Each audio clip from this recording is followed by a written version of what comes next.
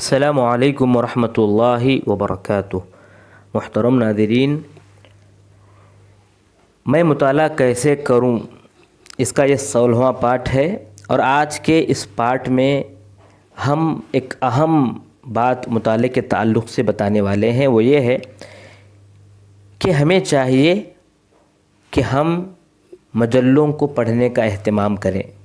مجلے جو مدارس سے نکلتے ہیں یا تحقیقاتی اداروں سے نکلتے ہیں، تو ان مجلوں کو پڑھنے کا اہتمام کریں، کیونکہ ان مجلوں میں لکھنے والے جو علماء ہوتے ہیں وہ اپنی جگہ پر زبردست عالم دین ہوتے ہیں، اور جب مضمون لکھتے ہیں تو بہترین انداز میں تحقیقی مضمون، علمی مضمون لکھتے ہیں۔ تو آپ 2-4 کتابیں کسی موضوع پر پڑھیں گے، اس کے بجائے اگر آپ ایک مضمون پڑھ لیں گے کسی بھی عالم کا، تو آپ کو کتنا علم حاصل ہوگا، یہ آپ پڑھنے کے بعد ہی جان سکتے ہیں۔ تو لہٰذا مجلوں کو پڑھنے کا اہتمام کریں۔ اور دوسرا فائدہ یہ ہوگا آپ کو مجلوں کو پڑھنے کا کہ ابھی جو واقعات ہوئے ہیں ہمارے سامنے، چند دنوں کے واقعات یا 2 دن پہلے کے واقعات یا 1 مہینہ پہلے کے واقعات، ان واقعات پر تبصرہ باقاعدہ ان علماء کے زبانی ہم پڑھ سکتے ہیں، اور جو حالات ہیں ان کا تجزیاتی مطالعہ وہ لوگ باقاعدہ کر کے اپنے مضامین میں ڈالتے ہیں۔ یہ آپ ان سے سیکھ سکتے ہیں۔ یا اگر کوئی نیا طالب علم بھی ہے، وہ بھی اگر مجلے میں لکھتا ہے تو وہ بھی یہی کوشش کرتا ہے کہ میں بہتر سے بہتر مضمون لکھوں اور اس کو شائع کروں، تو اس کے پیچھے ٹائم اپنا وقت لگاتا ہے، محنت کرتا ہے، مشورے لیتا ہے، تب جا کے وہ ایک مضمون کو شائع کرتا ہے۔ تو لہٰذا ان مجلوں کو پڑھنے کا اہتمام کریں، اور ان مجلوں میں ادبی جو مجلے ہوتے ہیں ان کو بھی خاص کر پڑھنے کی کوشش کریں۔ ایسا نہیں کہ ادبی مجلے ہیں ہم چھوڑ دیتے ہیں، نہیں۔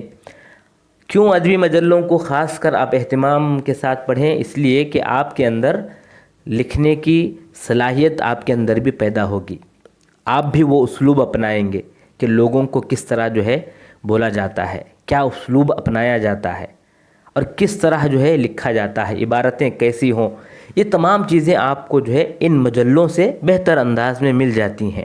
اسی طرح یہ جو ماجسٹر اور دکتورا کے جو مقالے ہیں ان کو بھی پڑھنے کی کوشش کریں، کیونکہ ماجسٹر یا دکتورا کے جو مقالے لکھے جاتے ہیں تو ایسا موضوع چنا جاتا ہے باقاعدہ جو ابھی تک اس پر کام نہیں ہوا ہے، اور اس پر ایک دکتورا کا طالب علم یا ماجسٹر کا طالب علم محنت کر کے کتابوں کو تلاش کر کے اپنے اوقات کو لائبریری میں لگا کے، اساتذہ سے مشورہ لے کے، مشرفین کو بتا کر ان سے تصحیح کرا کے، تب جا کے وہ ایک مضمون دکتورا کا مقالہ یا ماجسٹر کا مقالہ لکھتا ہے۔ تو یہ معمولی علمی تحقیق نہیں ہوتی ہے۔ ہاں، ان میں سے کچھ کتابوں کے انداز میں چھپ جاتی ہیں، بعض نہیں چھپتے۔